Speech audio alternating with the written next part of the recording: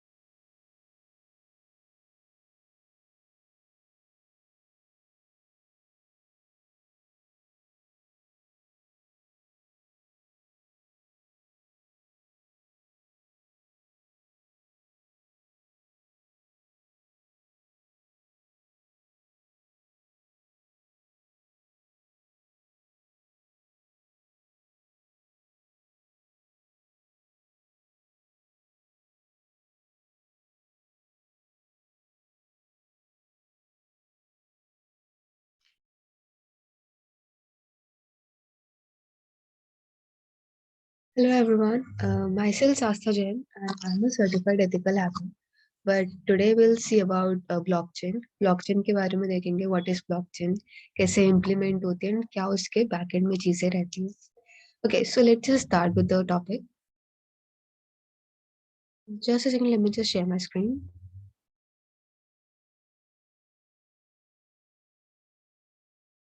Okay, so before we start, what is like blockchain के बारे में आप लोगों ने पहले कभी सुना? You can just write it in the chat box and when you have heard about it.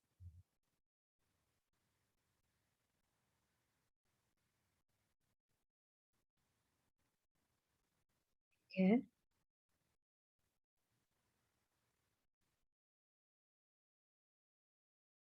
All right. So कोई बात नहीं. We'll start with the basics. होती क्या है blockchain and कैसे implement करते हैं. Okay.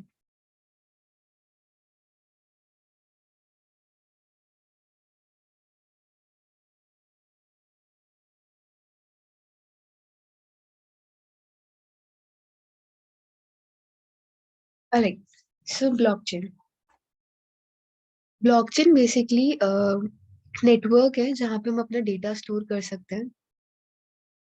One second.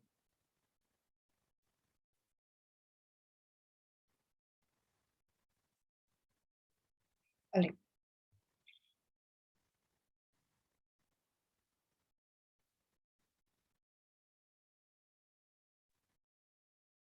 Okay, distributed database आपका डेटा सेफ रहेगा वहाँ पे, कोई एक सेंटर डेटा नहीं है, वो सब जगह डिस्ट्रीब्यूटेड है डेटा। ओवर द नेटवर्क आपका डेटा डिस्ट्रीब्यूटेड रहेगा, राइट। क्या क्या चीजें मेंटेन रखता है ब्लॉकचेन? वेरीफाई करता है, अनचेंजेबल है।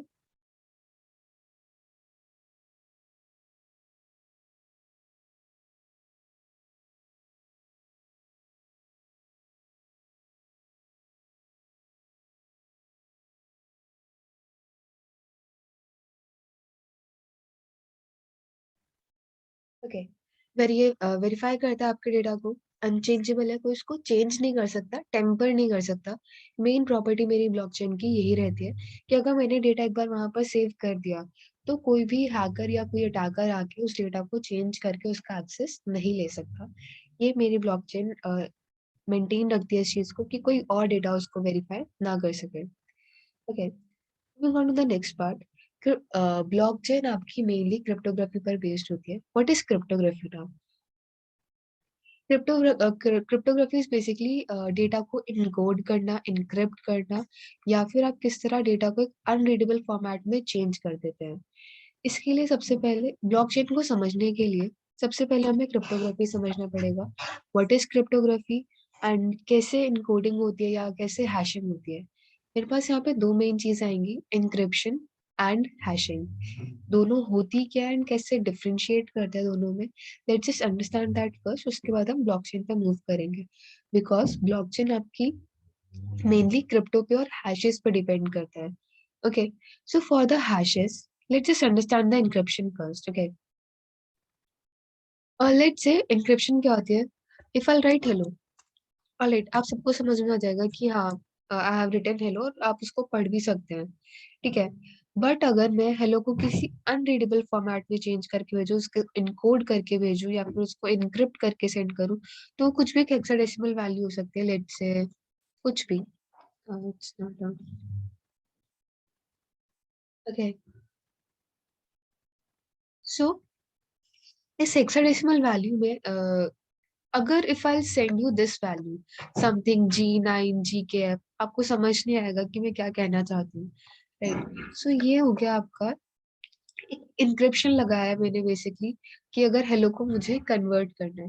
Normal encryption you have base 64, you have root 10, बहुत सारे इंक्रिप्शन है।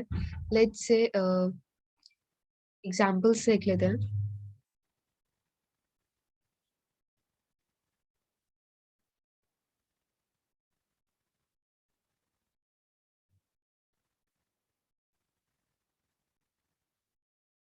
ओके, सो कुछ भी टेक्स्ट है, अगर मुझे वो इनकोड करना है, let's just change the hashing type. If I'll just change it to base 64, right. यहाँ पे मैंने हेलो लिखा, तो उसकी कुछ रैंडम वैल्यू है, ओके।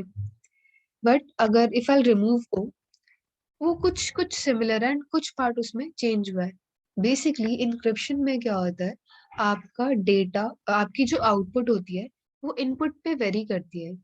आउटपुट लेंथ आपकी वेरी करेगी इनपुट लेंथ पर। लेट्स अगर मैं यहाँ पे टेक्स्ट इंक्रीज करती जाती हूँ, तो यहाँ पे मेरी हैश्ड वैल्यू, यहाँ पर जो मेरी इंक्रिप्टेड वैल्यू है, वो भी साथ साथ इंक्रीज होती जा रही है। दैट डिफाइंस की मतलब मेरी आउटपुट की जो लेंथ है, वो इनपुट की लेंथ पर डिपेंड करेगी।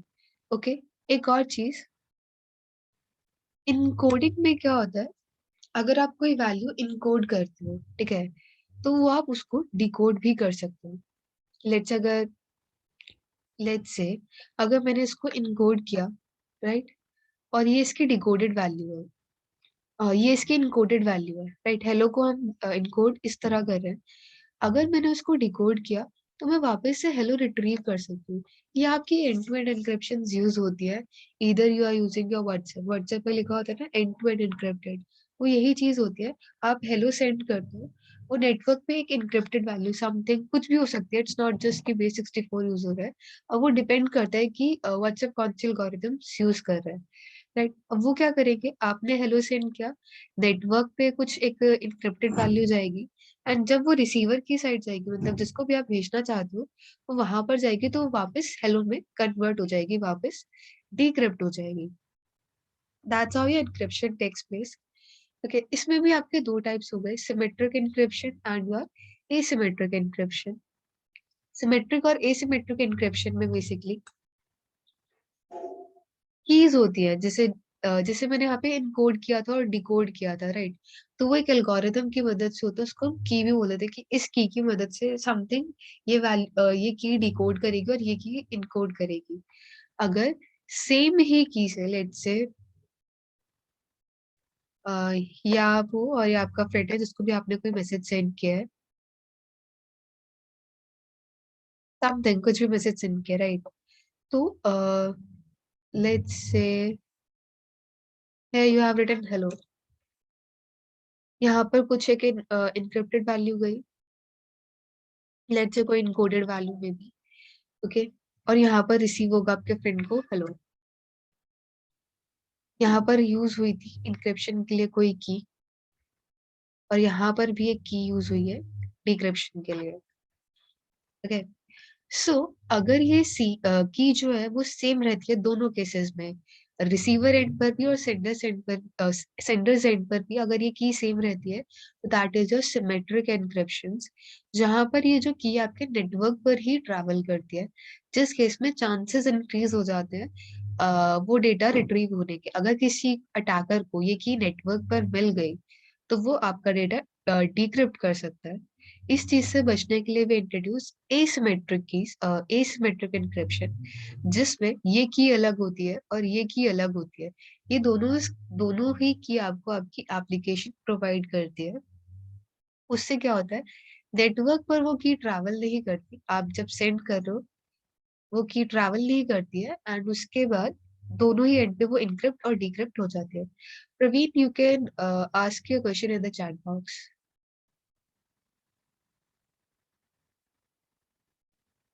Okay, so one second. So this is your encryptions. Okay. Now comes to the hashing. Hashing hashing use होती है हमारी अब ब्लॉकचेन में। हैशिंग क्या होता है, let's just understand that. Hashing की जो आउटपुट लेंथ होती है वो हमेशा एक सेम वैल्यू होती है, एक इनक्रिप्टेड वैल्यू होती है। It's not encrypted value, but एक ऐसी वैल्यू जिसको आप रीड नहीं कर सकते, और वो वेरिएबल नहीं होती, सेम रहती है, इनपुट पर डिपेंड नहीं करती है। ओके, इसका एग्जांपल देखते हैं एक बार।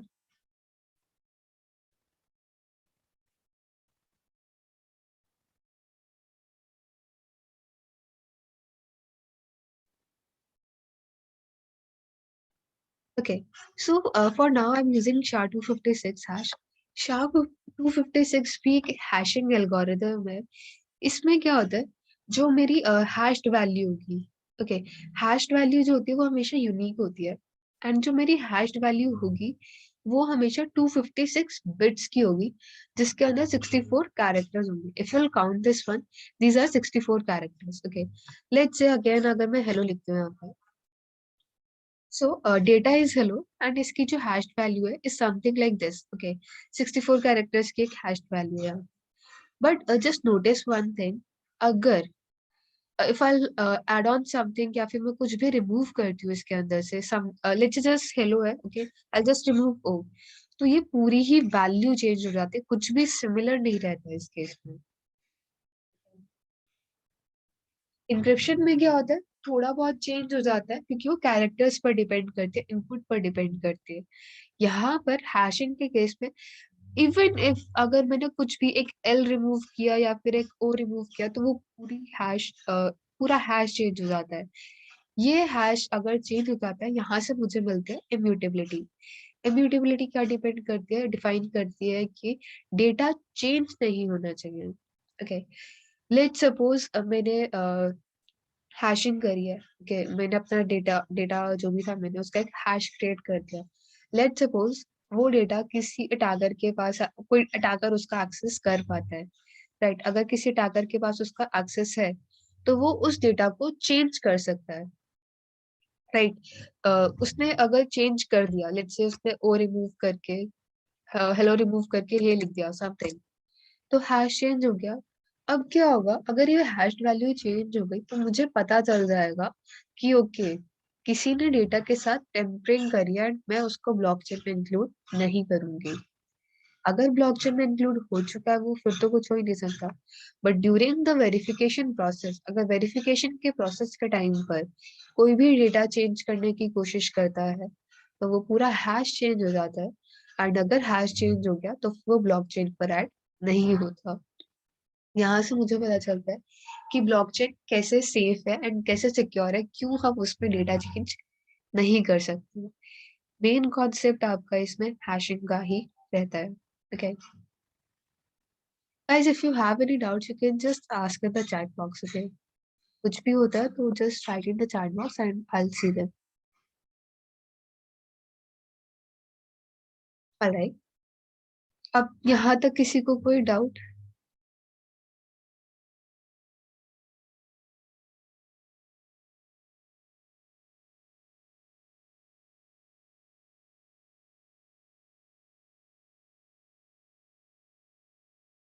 Okay, so let's just proceed. um, alright, so ये थे हमारे हैशेस। हैशेस के बाद let's just move on and see आगे क्या क्या प्रोसेस होते हैं ब्लॉकचेन के अंदर। now let's say okay, we were on cryptography, right? और मुझे पता तो चल गया कि डेटा मुझे कैसे इनक्रिप्ट करना है, राइट? अब उस डेटा को कैसे इनपुट करना है, कैसे वो ब्लॉकचेन के अंदर आएगा, ब्लॉकचेन कैसे प्रोसीड हो रही है, सो उन सब चीजों पर अब आते हैं। ब्लॉकचेन आपका डिस्ट्रीब्यूटेड डेटाबेस होता है, जैसे कि अभी हमने पहले भी डिस्कस किया था। अगर आपके स्कूल्स और कॉलेजेस में if you have been to your computer labs में क्या होता है, लेट्स से आपके वहाँ पे 50-100 जितने भी सिस्टम्स है, जितने भी कंप्यूटर्स है, वो एक मेन सर्वर रूम से कनेक्टेड होते हैं। ओके, तो वो सर्वर रूम क्या करता है, सेंडर और रिसीवर का की सेम होगी या डिफरेंट होगी ना, डिपेंड्स प्रवीण, की सेंडर की सेम होगी या डिफरेंट होगी, सिमेट्रिक इंक्रिप्शन यूज हो रही है वहां पे या फिर एसिमेट्रिक यूज हो रही है।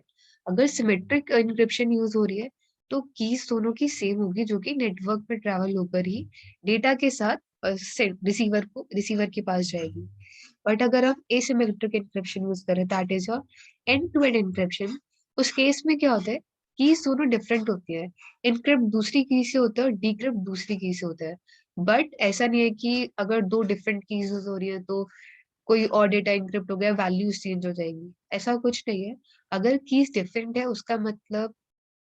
उसका मतलब बस यही है कि कीज वो दोनों ही कीज आपको एप्लीकेशन प्रोवाइड करेगा, जिससे आपका डेटा इजिली इनकोड और डिकोड हो सकता है।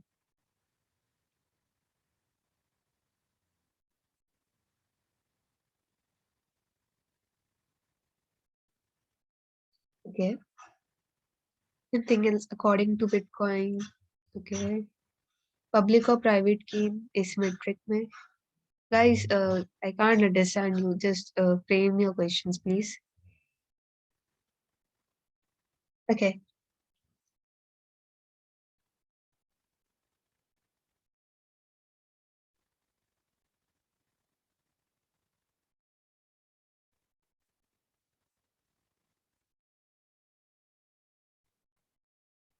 Public and private keys are different.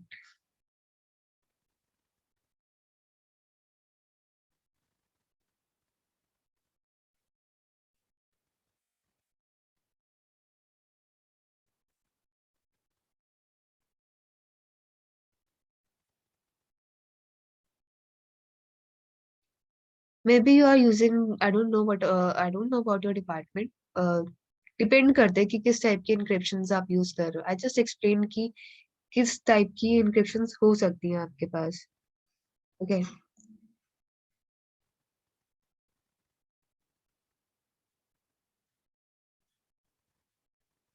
Okay.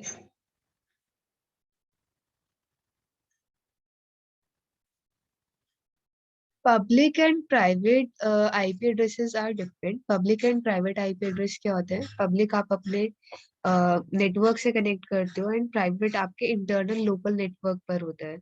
ठीक है। तो don't get confuse with public and private stuff. Public और प्राइवेट आपकी दोनों अलग चीजें हैं।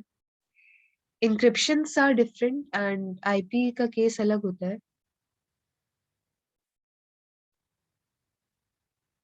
ठीक है, so let's just take back.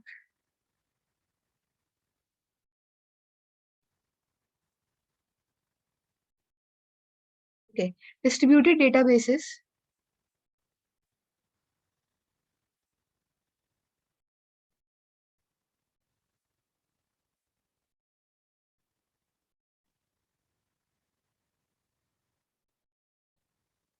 Hashes are limited, of course. It's not like that we have unlimited number of hashes. You can just have the hashes value as it's like अगर वो 256 bits के होते हैं और you can say 64 characters, okay, तो वो interchange हो सकते हैं। तो वो एक, अगर 256 की बात करते हैं तो एक बहुत ही लंबी वैल्यू हो जाती है। इतने hashes आप क्रिएट कर सकते हो, बट इट्स नॉट लाइक कि अनलिमिटेड है। लिमिट है उनकी, 256 बिट्स को आप इंटरचेंज करके उसकी वैल्यूज फाइंड आउट कर सकते हो। But it won't be same for two different words. बहुत ही रेयर चांसेस होंगे कि वो सेम होगा, क्योंकि वो कैरेक्टर्स, क्योंकि अगर आपने सेम कैरेक्टर डाला है तो वो सेम होगा, अदरवाइज वो बिल्कुल कुछ ना कुछ चेंजेस होंगे उसके अंदर, क्योंकि 256 एक बहुत बड़ी वैल्यू होती है। पहले भी इंट्रोड्यूस इट विद 64 बिट्स। तो शाह 64 की अगर बात करें, शाह 256 लाइक इंक्लूड ही इसलिए किया गया था कि सो दैट कैरेक्टर लेंथ मेरा इंक्रीज हो जाए बहुत ज्यादा। ओके, डिस्ट्रीब्यूटेड डेटाबेसेस में क्या होता है, सेंट्रलाइज नहीं होती है कोई भी चीज। जैसे अभी हम एग्जांपल की बात कर रहे थे, आपके कंप्यूटर लैब्स में अगर 50 या 100 सिस्टम्स हैं तो एक मेन सर्वर रूम से कनेक्टेड होता है जहां से आपके सिस्टम में सारी फाइल्स वगैरह आती है। ओके, बट ब्लॉकचेन का केस ऐसा नहीं होता कि कोई सेंट्रलाइज नहीं होता, वो बिल्कुल डिसेंट्रलाइज होता है। कोई भी एक सेंट्रल अथॉरिटी आपके डेटाबेस को एक्सेस नहीं कर सकती है। जैसे कि ये एक सेंटर है, सब एक सेंट्रल डेटाबेस है, ठीक है, सब उसी पे से एक्सेस कर रहे हैं। बट डिस्ट्रीब्यूटेड के केस में क्या होता है, सबके पास वो डेटा होता है। ठीक है, लेट्स से आपकी कोई वेब एप्लीकेशन, आप फेसबुक यूज कर रहे हो, दो फेसबुक के पास मल्टीपल सर्वर्स हैं, लेकिन पहले क्या होता था कि एक ही सर्वर होता था। अगर उसमें कुछ इशू आ जाता है तब फेसबुक एक्सेस नहीं कर पाता। बट आज के डेट में क्या होता है, अलग अलग सिस्टम, अलग अलग सर्वर सेट करते हैं कि बाय चांस अगर एक में कुछ इशू आ जाता है या फिर कुछ कुछ भी हो सकता है एक्सपायरेट रीजन, तो उनकी सर्विसेज बंद ना, अब बाकी जगह से डेटा लेकर आगे का काम अपना कंटिन्यू कर सकते हैं। Okay, that is about your decentralize, centralize and decentralize. Blockchain मेरा डिसेंट्रलाइज होता है, कोई भी एक सेंटर अथॉरिटी नहीं होती है। इसका मतलब बस यही है कि कोई भी एक कंट्रोल नहीं करता ब्लॉकचेन को, इंडिपेंडेंट है। हर हर किसी का अपना नेटवर्क है, कोई उसको कंट्रोल नहीं करेगा ब्लॉकचेन को। ठीक है, वाह ब्लॉकचेन, ब्लॉकचेन क्यों लिया था हमने, क्या क्या दिक्कतें थी हमारे पास, ऑथेंटिसिटी की थी, सिक्योरिटी की थी, और थर्ड पार्टी ट्रस्ट इश्यूज कि अगर मुझे कुछ भी काम करना है तो मुझे एक थर्ड पार्टी की जरूरत है। लेट सपोज मुझे किसी को पैसे ट्रांसफर करना है, आई नीड द बैंक, मुझे बैंक की जरूरत है। बैंक ही मेक श्योर करेगा कि मेरे अकाउंट से किसी और के अकाउंट में पैसे गए हैं। तो वहां पे क्या हो रहा है, bank as a third party act कर रहा है। मैं नहीं चाहती कि किसी को पता चले कि मैं किसको कितने पैसे दे रही हूँ, राइट। तो बैंक मेरी थर्ड पार्टी, मुझे नहीं चाहिए कि कोई इन्वॉल्वमेंट शो करे वहां पर अपना। ऑथेंटिसिटी इज बेसिकली कि ऑथेंटिकेट करना कि डेटा सही जा रहा है नहीं जा रहा है, सही यूजर एक्सेस कर रहा है नहीं कर रहा उसको। And security, we all know, security maintain होनी चाहिए कि अगर मैंने पैसे ट्रांसफर करे हैं तो पैसे ट्रांसफर हो, ऐसा ना हो कि कोई और उनको ले ले। एक चीज और, ब्लॉकचेन को हम हमेशा रिलेट करते हैं क्रिप्टो करेंसी से। ऐसा कुछ नहीं है। ब्लॉकचेन, क्रिप्टो करेंसी बस एक एप्लीकेशन है ब्लॉकचेन की। ब्लॉकचेन पूरी एक टेक्नोलॉजी है जिसमें जिसको यूज करके हमने क्रिप्टो करेंसी इंट्रोड्यूस किया था and उस पे आप वर्क कर रहे हैं, let's say Bitcoin, Ethereum and stuff. Okay, next, how blockchain solve these problems. Blockchain आपकी थ्री मेन पिलर्स पे वर्क करती है, अभी हमने डिस्कस किया था। Decentralisation, transparency, and immutability. इन तीनों को एक बार डिटेल में डिस्कस करते हैं कि what is decentralization, what is transparency and your immutability. Decentralization में जैसे कि मैंने अभी बताया था, ठीक है, कोई भी एक सेंटर नहीं होगा, सबके पास डिस्ट्रीब्यूटेड है, सबके पास सारा डेटा है। ठीक है, एग्जाम्पल है आपका बिटटोरेंट। बिटटोरेंट में क्या होता है, लेट्स से अभी अभी यूज करते हैं हम, 1 सेकेंड, अभी यूज करें नेटफ्लिक्स और प्राइम वीडियोस एंड स्टफ। वहां पे क्या, उनका सेंट्रलाइज डेटा है, आपको उन्हीं से वो मूवीज और योर वीडियोस वहीं से आपको सब लेना पड़ेगा। लेकिन बिटटोरेंट क्या करता है, बिटटोरेंट में आपका डिस्ट्रीब्यूटेड नेटवर्क है, डिसेंट्रलाइज है। तो क्या होता है, जो आपके सबसे नियर बाय पर्सन होता है, आप वहां जो भी नियर बाय चीज होती है, आप वहां से वो वीडियोस लेके and you can just see, links मिल जाते हैं आपको उन सब चीजों के। तो कोई सेंटर नहीं है कि हाँ यहीं से मुझे लेना है, कहीं से भी ले सकते हो, जो आपको आपके पास अवेलेबल है, जो नियरेस्ट है, जो सबसे ज्यादा कन्वीनियंट है आपको, आप वहां से डेटा ले सकते हैं। Okay, after your decentralization comes transparency. Transparency plays an important role है। ट्रांसपेरेंसी क्यों जरूरी है, क्या इसके यूजेस हैं?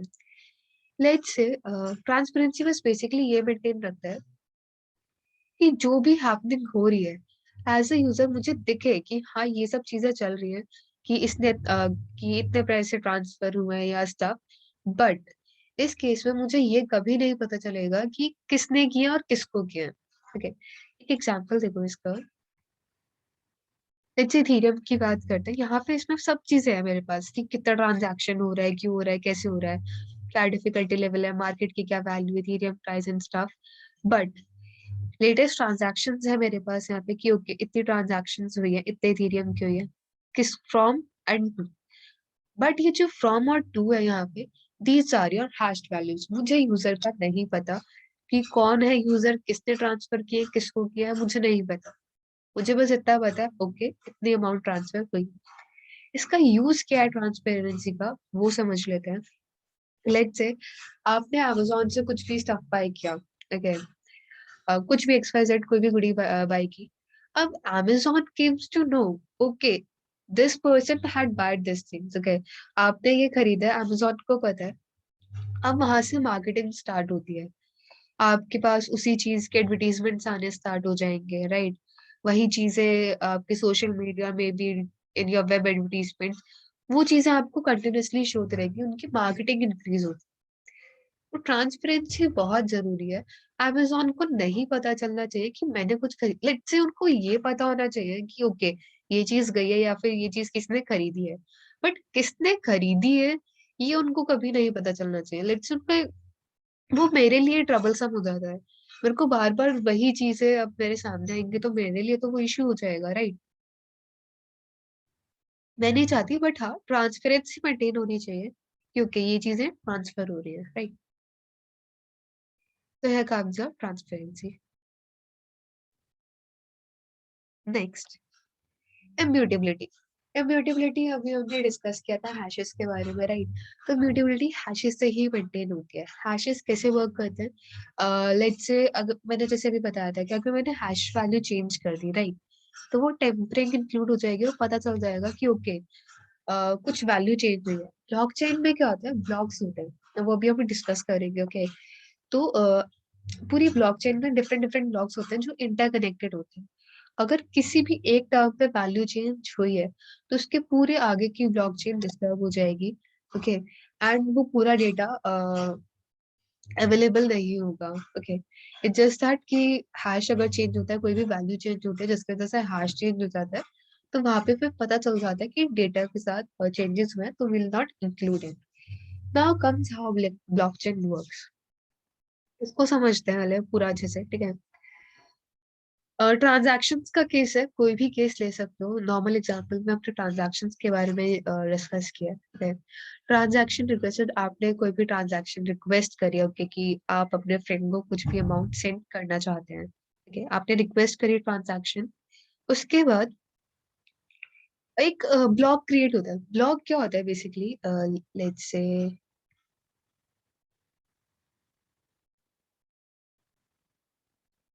ओके, कुछ भी मेरे को अगर डेटा इनपुट करना है, लेट्स से हेलो, ठीक है? तो ये हेलो मैं सेंड कर दूंगी, राइट। मैंने कुछ भी डेटा इनपुट किया, कोई भी ट्रांजैक्शन, अगर 2 मंथ्स का केस लेते हैं, मान लो ट्रांजैक्शन है मेरे पास, तो एक नंबर ऑफ उसका साइज डिफाइन होता है ब्लॉक का, जब हम एल्गोरिथम्स लिखते हैं हम वहाँ पे ब्लॉक का साइज डिफाइन कर देते हैं, या फिर हम बोल सकते हैं कि एक ब्लॉक के अंदर मेरी 10 ट्रांजैक्शन आएंगी, that's it, it depends different, it's up to me कि मुझे क्या डिफाइन करना है। Okay, so let's say block, okay, so जब मैंने ट्रांजैक्शन रिक्वेस्ट करी तो वो अमाउंट मेरी एक ब्लॉक के अंदर data, it's basically combination of data, ठीक है, block is just that. Okay, so now what happens here is, transaction request करी आपने, वो एक ब्लॉक की फॉर्म में बस डेटा आपका वहां पे इनपुट है, वो ब्लॉक चेन में नहीं गया अभी तक, वो सिर्फ एक ब्लॉक क्रिएट हुआ है आपने जो भी डेटा रिक्वेस्ट किया। ओके, अब वो जब ब्लॉक क्रिएट हो जाता है, ब्लॉक बनता है, ठीक है, वो ब्लॉक क्या होता है, वो ब्लॉक सेंड होता है आपके नेटवर्क पे, जो आपका ब्लॉकचेन का नेटवर्क होता है, पीयर टू पीयर नेटवर्क होता है ब्लॉकचेन का, जहाँ पर हम बताते हैं डिस्ट्रीब्यूटेड लेजर्स होते हैं, ठीक है, कोई भी इंडिपेंडेंट सेंट्रलाइज डेटा तो है नहीं वहाँ पे, तो जितने भी कनेक्टेड डिवाइस होते हैं मेरे वहाँ पे, सबके पास जाता है कि ओके एक ट्रांजैक्शन रिक्वेस्ट हुई है नेटवर्क पर, एक ब्लॉक क्रिएट हुआ है, तो वो रिक्वेस्ट जब आपकी नेटवर्क पर जाती है, इस नेटवर्क में आपके माइनर्स प्रेजेंट होते हैं। Miners are basically the people जो डेटा को वैलिडेट करते हैं, वेरीफाई करते हैं, क्योंकि this is a valid transaction या फिर this is a valid block. अब वैलिडेशन का प्रोसेस क्या होता है, वो एक नॉन्स वैल्यू फाइंड आउट करते हैं, और you can just say that कि एक ब्लॉक आया, माइनर्स हैं वहां पर, ठीक है, उन्होंने माइंड करके बता दिया कि ठीक है ये ट्रांजैक्शन बिल्कुल सही है, and okay we approve it. इसमें भी एक और चीज होती है, वो एल्गोरिथम पर डिपेंड करता है कि माइनर्स कौन सी एल्गोरिथम यूज करके आपका डेटा वेरीफाई कर रहे हैं, इधर it could be a proof of work, proof of stake, वो कुछ भी डिपेंड करता है कि आप कौन से नेटवर्क पर हो, ठीक है।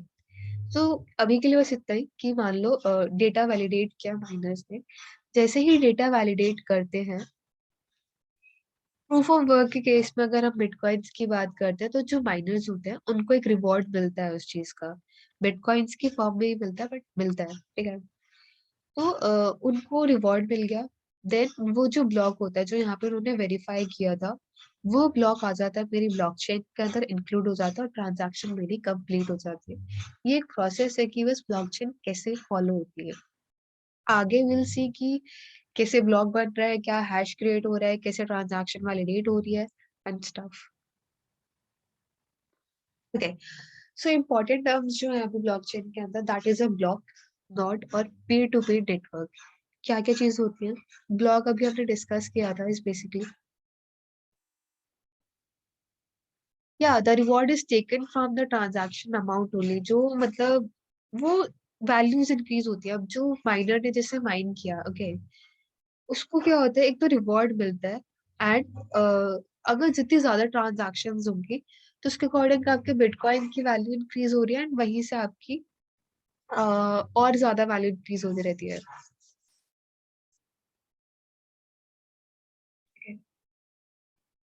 सो कुछ परसेंट होता है जो ट्रांजैक्शन में से ही माइनर को मिलता है, कुछ बहुत ही माइनर परसेंटेज होती है वो, जैसे something 0.002 something. Okay, so talking about the block, block में क्या होता है, हाँ block basically, okay, block chain की अगर हम बात करें तो वो कैसे बनती है, मैंने डेटा इनपुट किया, एक ब्लॉक क्रिएट हुआ, और उस ब्लॉक का एक हैश भी साथ साथ क्रिएट होता है। ओके, अब जो मेरा नेक्स्ट ब्लॉक बनेगा, नेक्स्ट ब्लॉक में दो फीचर्स और होते हैं, that is a previous hash and the hash of the block.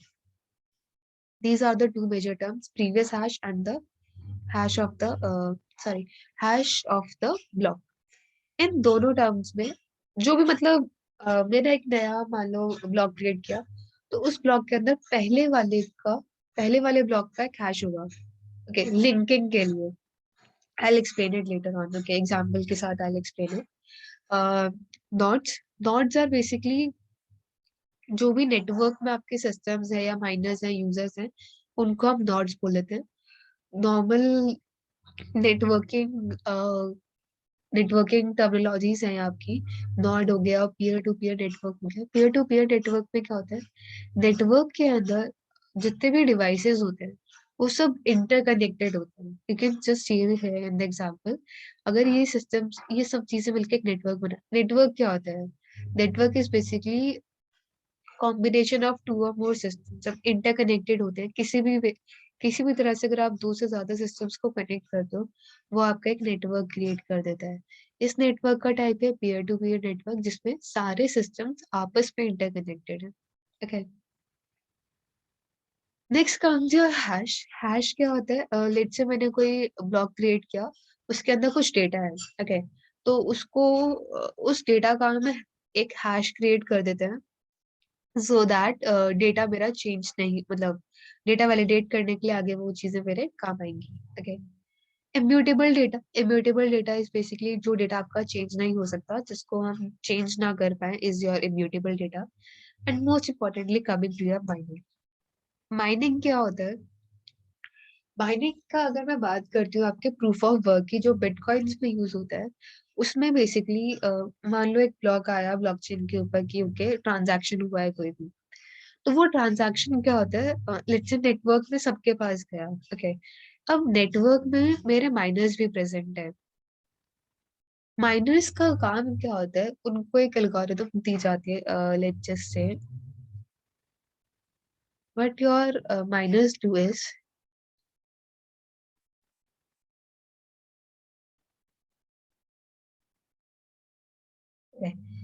से कुछ भी डेटा था यहाँ पे, हेलो अगेन, वो माइन करके नॉन्स वैल्यू फाइंड आउट करते हैं। नॉन्स वैल्यू क्या होती है, नॉन्स वैल्यू एक बेसिकली कुछ भी हो सकती है, एक वैल्यू जो एक miner will say okay this is the nonce value of this block. और उस ब्लॉक चेन में अगर 51% से ज्यादा, जो मतलब माइनर्स तो बहुत सारे होते हैं, ऐसा तो नहीं है कि एक ही माइनर है वहां पे, बहुत सारे माइनर्स होते हैं। तो अगर वो दे से कि okay this is the right nouns value और इसके अंदर कुछ भी चेंजेस नहीं हुआ है, तो 51% के बाद जब वो ओके जब 51% माइनर सेज कि okay this is a validated one, उसके बाद ये जो ब्लॉक मैंने क्रिएट किया था वो ब्लॉक चेन पर जाता है। बट अगर 51% सेज कि okay this is a wrong value, वो भी चेक करते हैं, जो मैंने बताया था कि हैशेस चेक होते हैं, राइट। तो हैशेस की मदद से हमें पता चलता है कि ओके वैलिडेट हुआ है डेटा, कुछ चेंजेस नहीं हुआ है उसके अंदर। क्योंकि ड्यूरिंग, मान लो जब तक डेटा मेरा ब्लॉकचेन पर नहीं जाता, सब माइनर्स के पास अवेलेबल है, सबके पास अवेलेबल है नेटवर्क पे, कोई भी चेंज कर सकता है, राइट। तो अगर कोई चेंज करता है बाय चांस, तो वो वैलिडेट नहीं होगा। वो वैलिडेट तभी होगा जब 51% उसको मैच कर लेंगे हैश को कि वो सही वैल्यू है, तभी वो आगे जाके आपके ब्लॉकचेन पे इंक्लूड होगा। और एक चीज और देखो यहाँ पे, जैसे this is your first block, second block, third block and so on. First block जो भी होता है ब्लॉकचेन का, फर्स्ट ब्लॉक को हम जेनेसिस ब्लॉक बोलते हैं। ओके, इसका use is basically, genesis block is basically the first block. इसकी जो प्रीवियस हैश की वैल्यू होगी वो जीरो होगी, क्योंकि इससे पहले कोई भी ब्लॉक नहीं है मेरे पास। मेरे ब्लॉक चेन की स्टार्टिंग इस ब्लॉक से हुई है। ओके, सो नाउ इस ब्लॉक के बाद आता है मेरा सेकंड ब्लॉक। तो जो भी मेरा सेकंड ब्लॉक होगा, उसका जो प्रीवियस हैश होगा वो फर्स्ट वाले का मेन हैश होगा। ठीक है, you can check this value, ये जो वैल्यू होगी और ये जो प्रीवियस हैश की वैल्यू होगी, ये सेम होती है। प्रीवियस हैश वैल्यू यही डिपेंड करता है कि इसके पहले कौन सा ब्लॉक था, तभी तो मेरी ब्लॉकचेन में नहीं, वरना मेरे पास बहुत सारे ब्लॉक्स हैं। डेटा इनपुट किया, ब्लॉक क्रिएट हो गया, बट उन ब्लॉक्स को लिंक कैसे करना है, उन ब्लॉक्स को हम लिंक करते हैं हैशेस की मदद से। प्रीवियस हैश डिफाइन करता है ओके ये इससे लिंक्ड है, ये इससे लिंक्ड है, ऐसे ऐसे करते करते ब्लॉकचेन बनती है मेरी। लेट सपोज यहाँ पर किसी ने कुछ डेटा टेम्परिंग करके इस डेटा को कुछ, इस डेटा में कुछ भी चेंजेस कर दिए, राइट। तो वहां पर क्या होगा, जब मेरी हैश वैल्यू चेंज हो जाएगी यहाँ पे, राइट। ऑब्वियसली जब ये लेट्स से यहाँ पे पहले हेलो लिखा था, कुछ भी हेलो लिखा था पहले यहाँ पे, राइट। उसकी कुछ एक हैश क्रिएट किया मैंने, माइन कर दिया उसको, right. But someone says and changes this value, तो यहाँ पे मेरी जब हैश की वैल्यू चेंज हो जाएगी, उस केस में क्या होगा, ये हैश चेंज हुआ और ये प्रीवियस हैश जो था वो मैच नहीं कर पाएगा कहीं पर, right?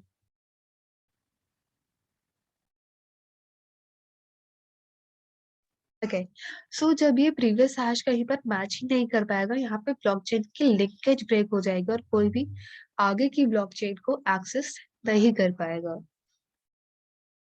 One second.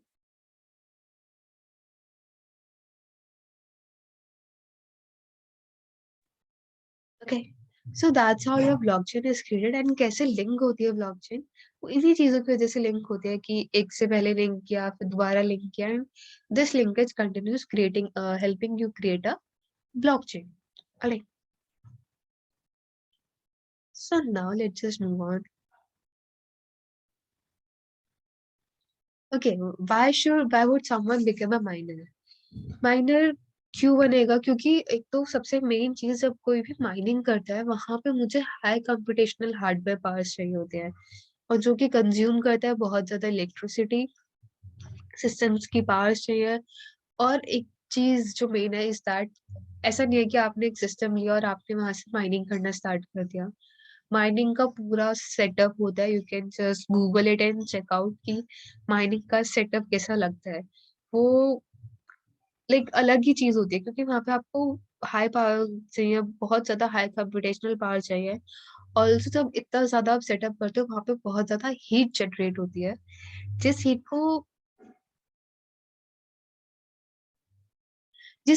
1 second,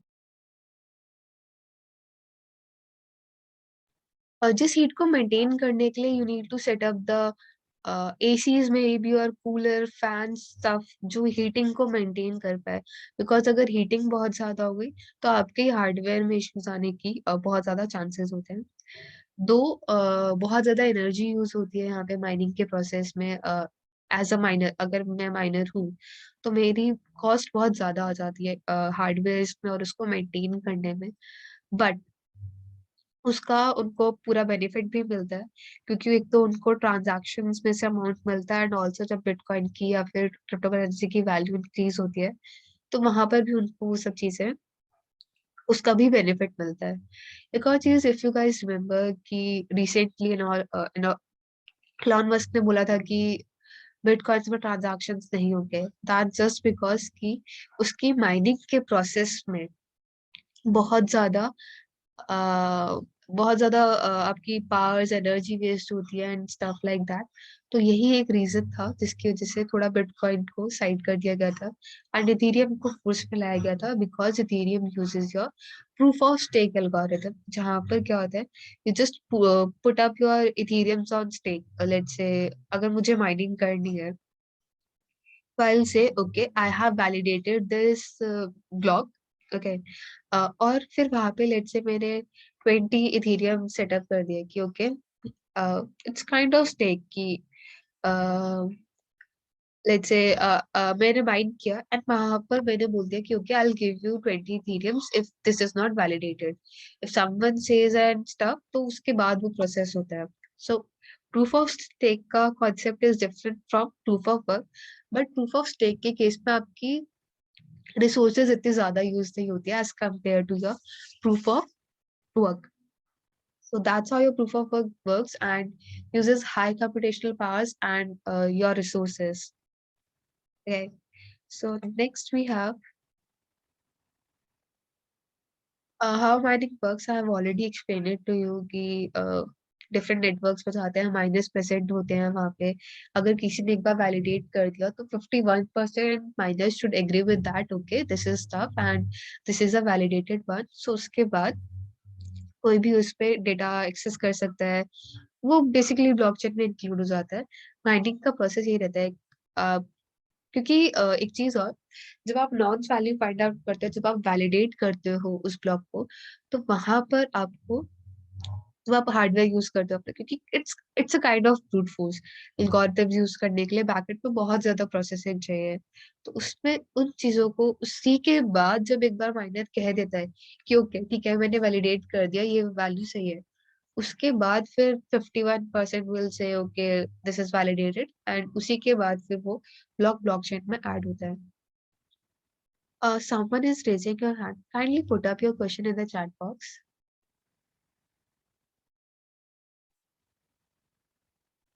Okay, for the demo, I have shown you already. Yeah, let's say if I'll talk about two kids, okay. कुछ भी डेटा है एक चीज और previous page. Yep. Okay. Which one?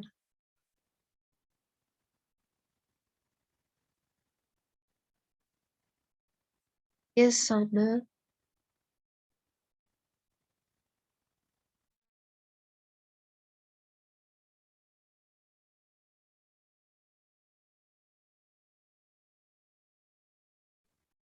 Okay, cool.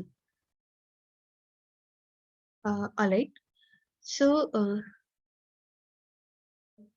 blockchain में क्या होता है जैसे we discussed about peers. Okay, this is a peer one. Peers are basically जो different nodes available है वहाँ पे जो different चीजें different nodes you can say are available on the network. Peer to peer network क्यों बोलते हैं इसको? Let's say this is my peer one. एक node है ये. This is peer two, another node and peer C another node. ठीक है.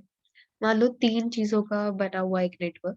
तो इस नेटवर्क में अगर ब्लॉक वन पेयर ए के पास है तो पेयर बी के पास भी सेम ब्लॉक है. ठीक है. दोनों जगह मतलब सेम डेटा बिल्कुल कुछ चेंज नहीं होगा. एज इट इज डेटा सबके पास अवेलेबल होगा नेटवर्क में. पेयर वन के पास सेम ट्रांजैक्शंस है, पेयर टू के पास सेम ट्रांजैक्शंस है और पेयर सी के पास सेम ट्रांजैक्शंस है. सबके पास same data, same block, everything is same. Same hash value, same previous hash, same nonce value. Let's suppose this is a mined one, okay? If I'll just mine it, don't ask me ki, why is it so easy to mine it. It's just an example, just an overview. It's not the original one. बस practical show up के लिए है, okay? Otherwise, mining में बहुत ज़्यादा आपकी bars and stuff लगता है. So now let's suppose peer B ने क्या किया $24.27 को चेंज कर दिया. तो क्या हो गया आपका वो जस्ट शो अप रेड और हैश वैल्यूज चेंज होने की वजह से आपकी वो पूरी ब्लॉकचेन डिस्टर्ब हो जाएगी. इवन दो अगर कोई अटैकर आके यहाँ पे कुछ वैल्यूज चेंज कर रहा है, they can say okay it's a validated one. Until and unless वो 51% से ज्यादा लोग उसको वोट करेंगे वो तब तक वैलिडेट नहीं होगा. तो कुछ मतलब नहीं है यहाँ पे चेंजेस करने का या कुछ भी आके यहाँ पे इफ यू थिंक कि यू विल चेंज समथिंग कि सब ओके. सब नोड्स के पास सब ही पीयर्स के पास अगर डेटा है तो कोई भी उसको चेंज कर सकता है, राइट? बट अगेन अगर चेंज करके वो खुद भी वैलिडेट करके कुछ बोल देते हैं, no one will believe them कि okay they are right. Everyone think that okay they are not validated one. So वो ब्लॉकचेन पे ऐड अप ही नहीं होगी ट्रांजैक्शन, वो ट्रांजैक्शन वैलिडेट होगी ही नहीं.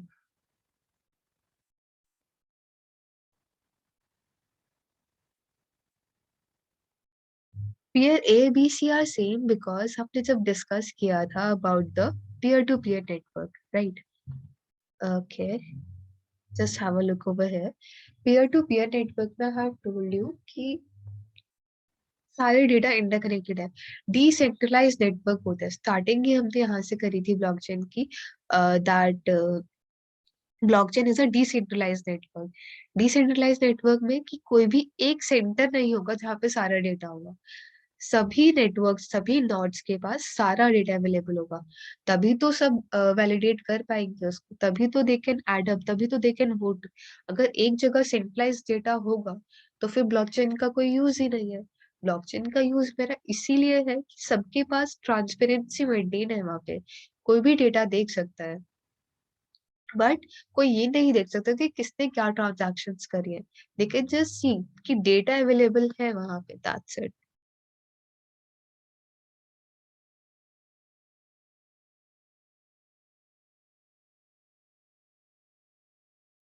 Yeah, there will be more peers. It was just an example. Example में बस मैंने तीन peers include करे थे. Otherwise, there are multiple number of nodes and multiple number of peers out there. Okay. Okay. So yeah, we'll be discussing about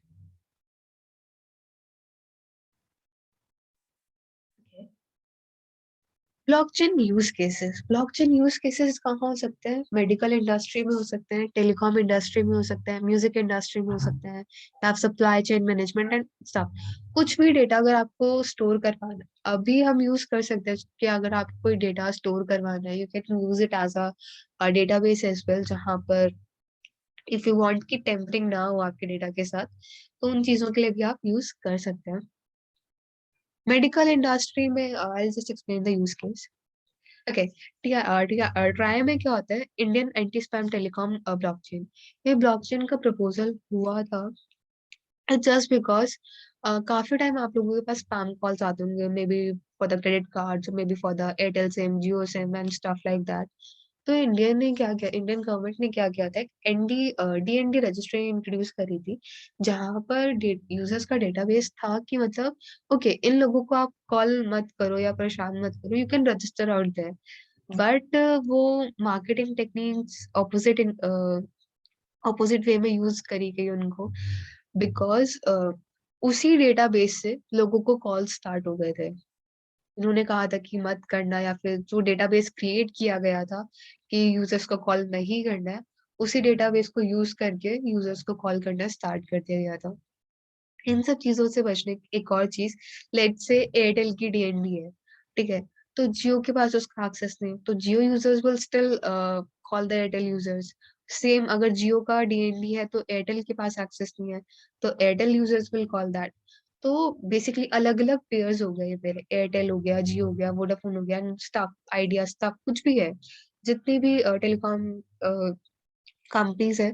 इसके लिए क्या किया कि ब्लॉकचेन का इंट्रोडक्शन हुआ है कि मान लो जितना भी यूजर्स का डेटा है वो सभी पीयर्स के पास अवेलेबल होगा। No one can change it, and उसमें ज्यादा इन्फॉर्मेशन आपको एज सच नहीं होगी कि ओके दिस का नंबर है या ये पूरी इन्फॉर्मेशन है यूजर की। There will be just numbers, okay. तो ये भी एक प्रपोजल है, इसको भी इम्प्लीमेंटेशन इसका भी चल रहा है, प्रॉपरली इम्प्लीमेंट नहीं हुआ है, but they are trying to implement कि ब्लॉकचेन पे यूजर्स डेटा अगर हमें मिल सकता है।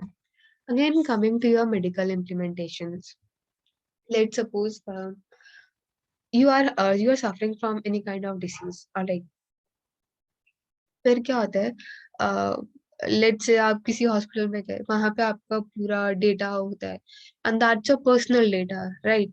You won't you won't want that data to be leaked, और कोई आपकी पर्सनल डिटेल्स, आपकी पर्सनल मेडिकल डिटेल्स को एक्सेस करे। No one would like that, right?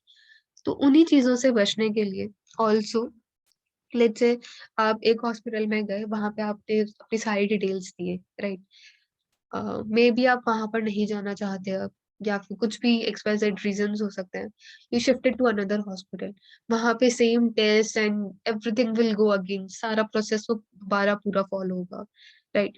Wastage of resources, again data का इशू होगा आपको वहां पे कि बार बार जाके चीजें कर रहे हो। इन मेडिकल इमरजेंसीज के केस में क्या हो सकता है? if you are suffering, if you are let you should not be, but let's just take an example. If someone is suffering from a medical emergency, right, उस पॉइंट पे वो अपने रेगुलर हॉस्पिटल में नहीं जा पाता है, उसको किसी और हॉस्पिटल में जाना पड़ा है, ब्लड ग्रुप उसका या कुछ भी टेस्टिंग दोबारा होगी वो चीजें। और इमरजेंसीज के केस में इतना कुछ नहीं होना चाहिए। इन शॉर्ट, अगर हमारे पास ब्लॉकचेन का एक ऐसा सेंट्रलाइज डेटा है जो कि हेल्थ मिनिस्ट्री के साथ मतलब हेल्थ मिनिस्ट्री मेंटेन करेगी उसको, उससे क्या हो सकता है, अ, अगर कोई इमरजेंसी का केस है तो यूजर की इंफॉर्मेशन ऑलरेडी हॉस्पिटल के पास होगी with the help of that blockchain, right? तो चीजें जल्दी हो जाएंगी, फास्ट हो जाएंगी काफी, और ना पेशेंट को सफर करना पड़ेगा, and chances would be increase कि okay that person is safe. Just an just an application of blockchain की इस तरह भी यूज कर सकते हैं ब्लॉकचेन को, right? So that's all for my side. You guys can ask up your questions. If you are having any doubts, you can just write it in the chat box.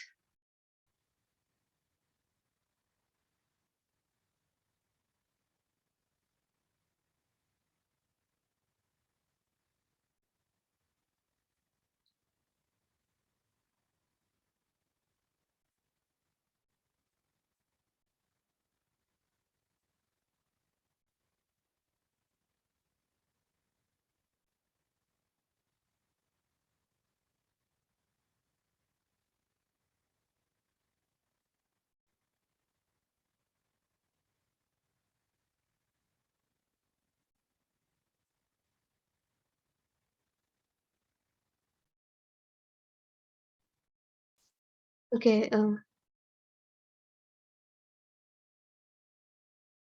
Certificate जहाँ पे आपने register किया था तो वहां पर check कर लो, certificates will be surely send up to you.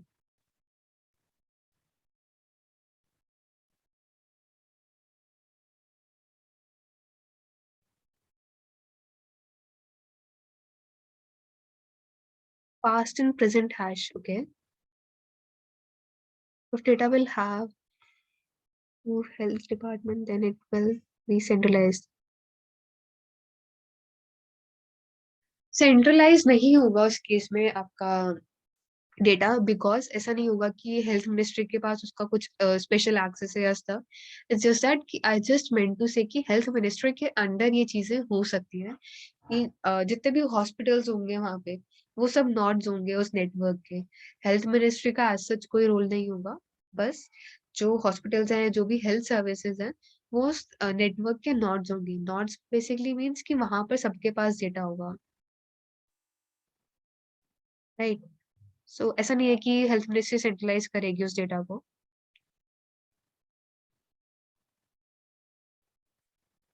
I can't go with the questions. Just a second.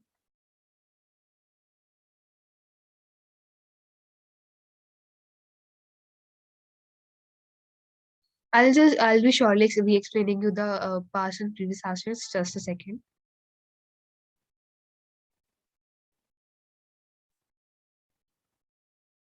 Okay, my name is Asta Jain and I teaches CH, your Certified Ethical Hackers course, and your Advanced PT.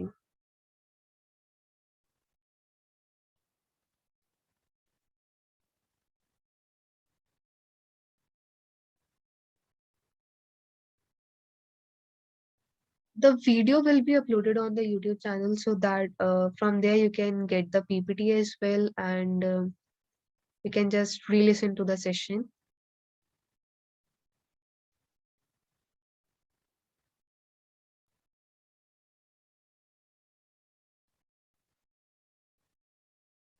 North Korea hackers stole 400 millions. Okay.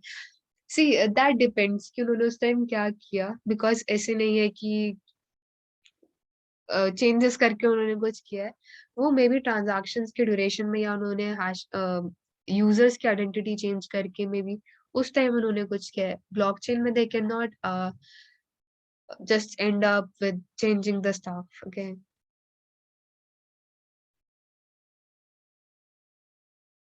Cyber bullying and cyber chain are different. Cyber bullying are basically अपने skills का, basically internet का गलत use करके आप किसी को परेशान कर रहे हो वहां पे। Okay, one second. And cyber chain, I am not sure you are talking about cyber kill chain में भी वो प्रोसेस होता है कि अटैकर क्या प्रोसेस फॉलो करता है अपने अटैक परफॉर्म करने के लिए। ओके, कि क्या उसने स्ट्रैटेजीज यूज करी starting with payload creation and stuff, वो आपके साइबर किल चेन में आता है। Cross securities, you can check it out on YouTube channel of Cross Security. Okay, so talking about the pre-security, pre-hash, previous hash, and the recent hash.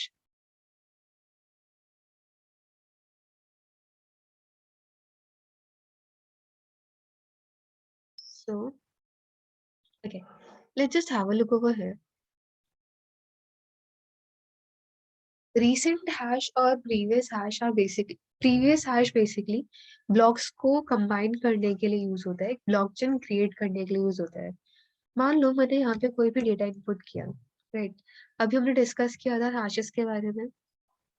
मान लो कोई भी data है, कोई भी डेटा है, राइट। तो ये डेटा क्या करेगा, ये एक हैश क्रिएट हो गया इस डेटा का। ओके, सो ये डेटा है और ये उसका हैश है।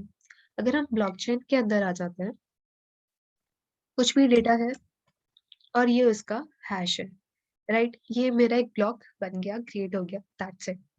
अब जब मैं एक ट्रांजैक्शन कंप्लीट हो गई, राइट। अब जब मैंने दोबारा ट्रांजैक्शन करी, इसके अंदर मैंने कुछ और डेटा इनपुट करा, राइट। उसका एक हैश हो गया, ये ब्लॉक का हैश हो गया। Coming to your previous hash का यूज बस लिंकिंग के लिए यूज होता है। लिंकिंग इन शॉर्ट वो बताता है कि इससे पहले कौन सी ट्रांजैक्शन हुई है, तभी तो एक चेन बनेगी, अदरवाइज वो इंडिपेंडेंट ब्लॉक्स रह जाएंगे मेरे। वो चेन बताने का तरीका ये है, अगर यहाँ पे कुछ इस हैश में अगर कुछ चेंजेस हुए हैं, ठीक है, तो ये प्रीवियस हैश और ये हैश मैच नहीं करेगा और आगे की ब्लॉकचेन खत्म हो जाएगी।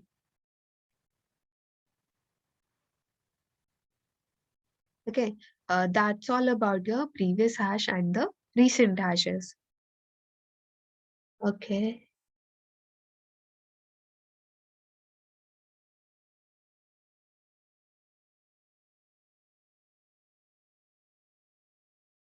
माइनिंग बेसिकली वैलिडेशन का प्रोसेस होता है, जहाँ पे जो नेटवर्क पे लोग अवेलेबल हैं, जो माइनर्स अवेलेबल हैं, वो डेटा ट्रांजैक्शन को वैलिडेट करते हैं कि okay this is a valid transaction और इसको हम ब्लॉकचेन पर इंक्लूड करेंगे।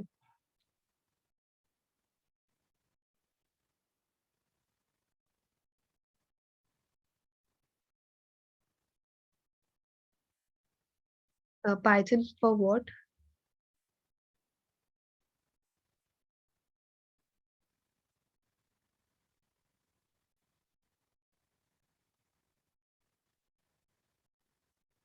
Okay, so anyone else having any doubts?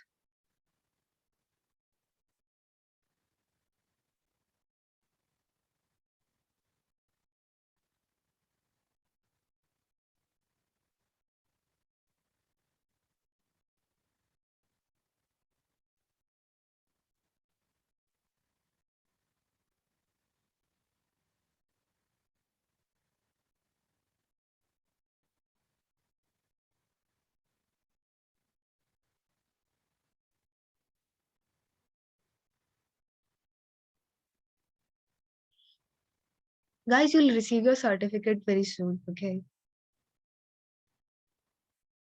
don't worry about the certificates. You will get your certificates very soon. Okay, you have registered, so within this week you will be receiving your certificates.